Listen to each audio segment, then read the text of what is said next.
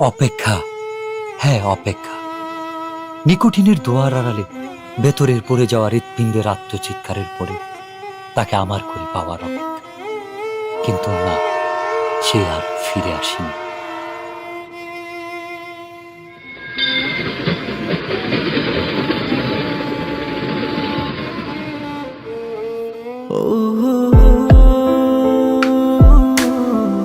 তবে এসেছিল এই পাহাড়ের পাদদেশে আজ থেকে অনেক বছর আগে, সন্তের জেগেরা সীমান্তবর্তী জেলা শেরপুরের প্রত্যন্ত একটি গ্রাম।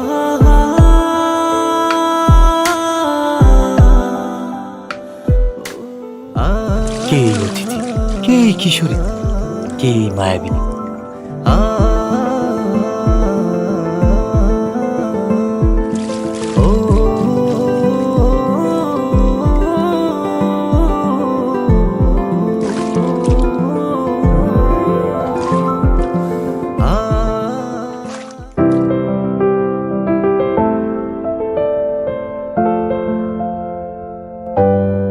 যার বিরহের অনলে পড়ে স্বপ্নের মতোই বদলে গেল এক যুবকের জীবনের গল্প। হ্যাঁ, স্বপ্নের মতোই বদলে গেল।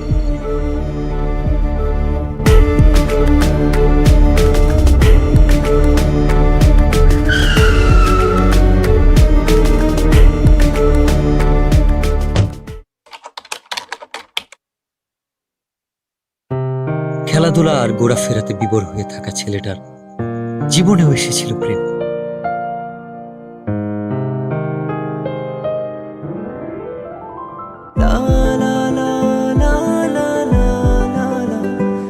চোখের ভাষায় কেউ যেন বলছে, আমি এসেছি তোমার হয়ে, আমাকে তোমার করে নাও।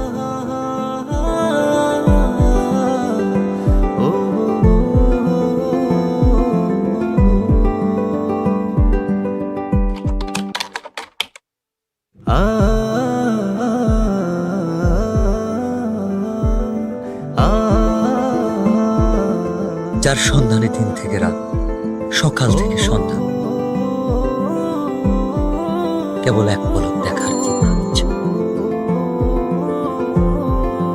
সে এক লজ্জা।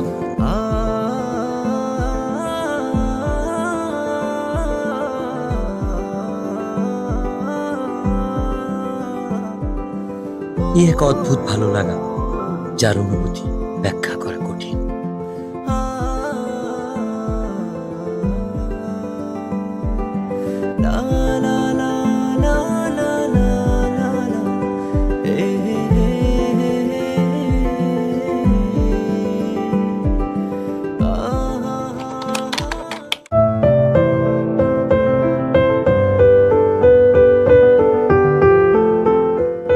বারবার ফিরে আসি অদ্ভুত একটা টান।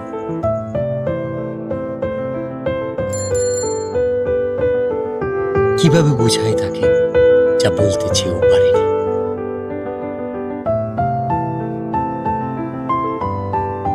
আপু, ওই ছেলেটা কে? ও ও তো আমাদের এলাকার বিল্লাল ভাই। উনি কি প্রতিদিনই এদিকে আসে? না, ভাইয়া তো এদিকে আসে না। ও আচ্ছা।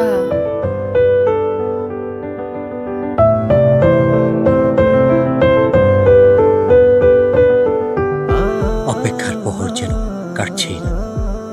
বলতে ইচ্ছে হয়, তবে সুযোগ নেই কাছাকাছি আসার।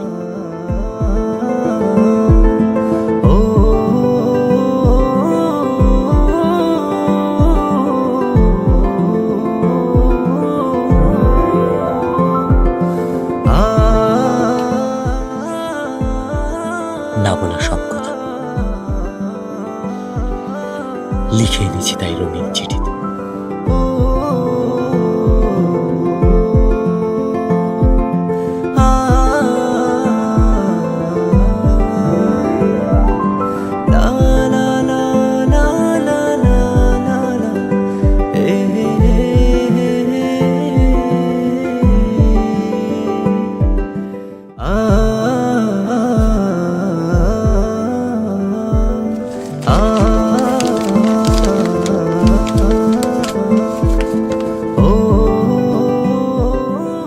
আমার লেখা প্রথম চিঠি, নাম না জানা একজনকে ঘিরে।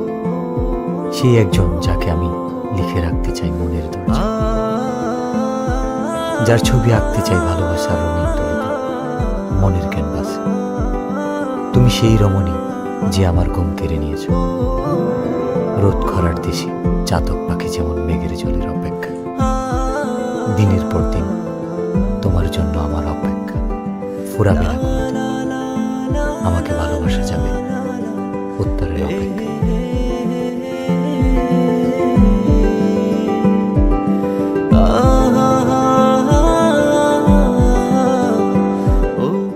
ভর দুপুরে অপেক্ষা, কৌতূহল, উৎকণ্ঠা, অস্থিরতা, মনের দরজায় কেউ বুঝি কড়া নেড়েছে।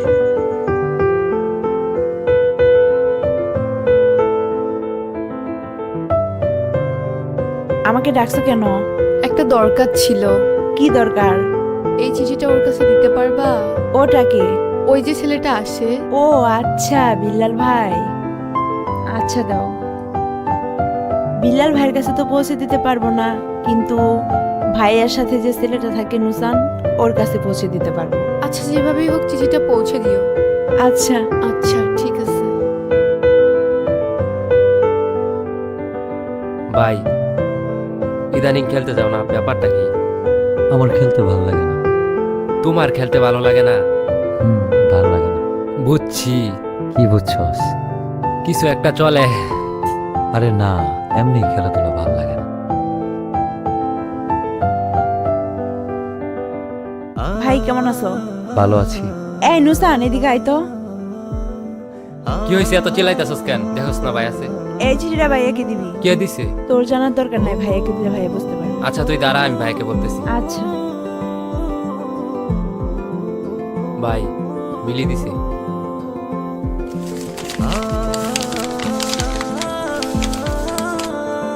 আমিও প্রথমবারের মতো চিঠি লিখলাম, যার ভাবনায় শুধু আমিই থাকি, যে আমার জন্য পাখির মতো ছটফট করে, যার কল্পনা এবং বাস্তবে মনের দরজায় আমিই করা নারী। আপনি সেই পুরুষ যার চোখে মুখে শুধু দেখতে পাই আমার জন্য ভালোবাসা। হঠাৎ আমি বুঝতে পারি কেউ আমাকে মন থেকে চায়, খুব করে। আপনার অপেক্ষা ফুরাবে কিনা আমি জানি না, আপনাকে উত্তরটা জানিয়ে দিলাম। একটাই কথা বলবো, ভালোবাসি। মিলিকে গিয়ে বলবি শিমুল বাগানে আজকে 4টার সময় ওকে নিয়ে আসতে, আমার অপেক্ষা কর। ভাই বলছে বিকাল 4টার সময় ওরে নিয়ে শিমুল বাগানে আসতে। ওরে নিয়ে আসবি কিন্তু। আচ্ছা ঠিক আছে, আমি ওকে নিয়ে আসবো। মনে থাকে যেন।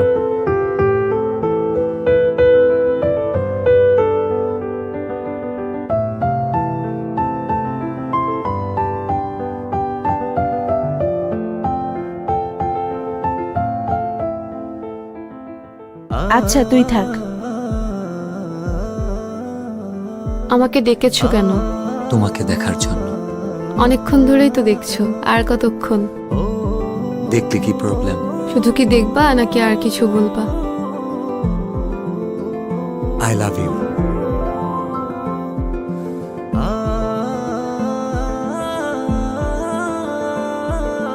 আমি কিন্তু আমার উত্তরটা পাইনি।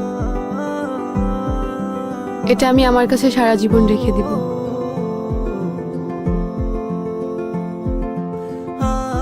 প্রেম বুঝি এতটাই রঙিন লাগে?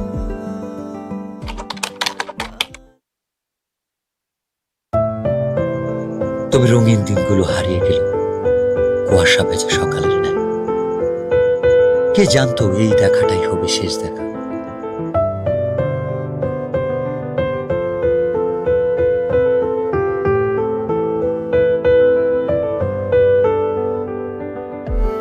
অনেক দিন তো হয়ে গেল, মনে হয়তো চলে যাব। হ্যাঁ, চলে তো যেতেই হবে। আর কি ফিরে আসা যাবে না? এসে কি হবে? আমার জন্য আসবা, পারবা না? আসা যায়, কথা দেওয়া যায়। আর ছুঁয়ে কি কথা দিতে হবে? ছুঁয়ে দেখার ইচ্ছাটা পূরণ হবে, সেটা বিয়ের পর। আমি অপেক্ষায় থাকবো। হঠাৎ কাল বৈশাখী ঝড় এসে এলোমেলো করে দিল সবকিছু। এমনটা না হলেও পারত।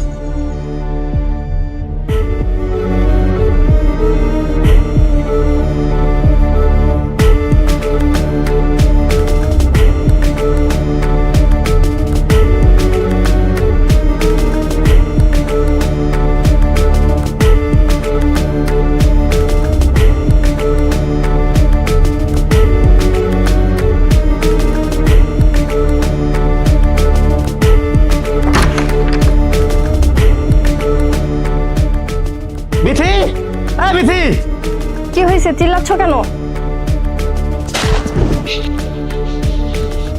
তোর বোন কি এলাকা ঘুরতে আসছে নাকি আমার মান সম্মান নষ্ট করতে আসছে? কেন? আমার বোন কি করছে? এই তোর বোন বিল্লালের সাথে কি করে? ওর সাথে আমি যেন আর না দেখি।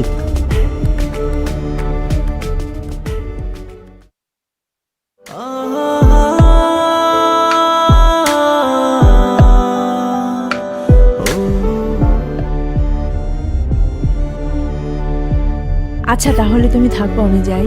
প্লিজ চলো না, আমার অনেক ভয় লাগতেছে। আমারও অনেক ভয় লাগতেছে। চলো না।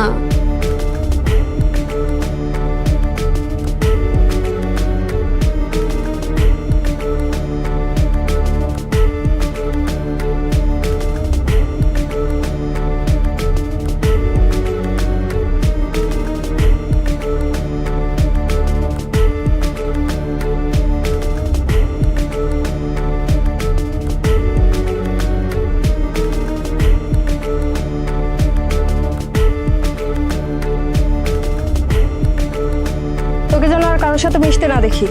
আর কালকে সকালেই তুই চলে যাবি।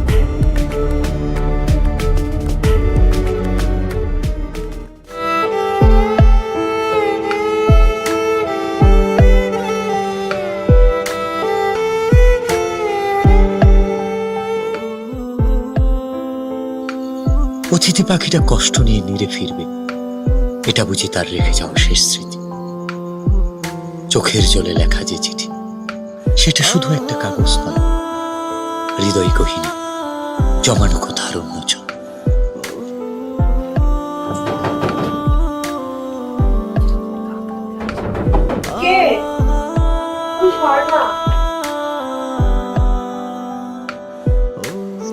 এত রাতে তুমি এখানে? মিলি, আমি বুঝতে পারিনি আমার জন্য তোমাকে এত কথা শুনতে হবে। আমাকে মাফ করে দিও, আমি কালকে চলে যাচ্ছি। আর পারলে তোমার ভাইয়াকে এই চিঠিটা আর আমার এই শেষ স্মৃতি দুইটা পারলে তোমার ভাইয়াকে দিয়ে দিও।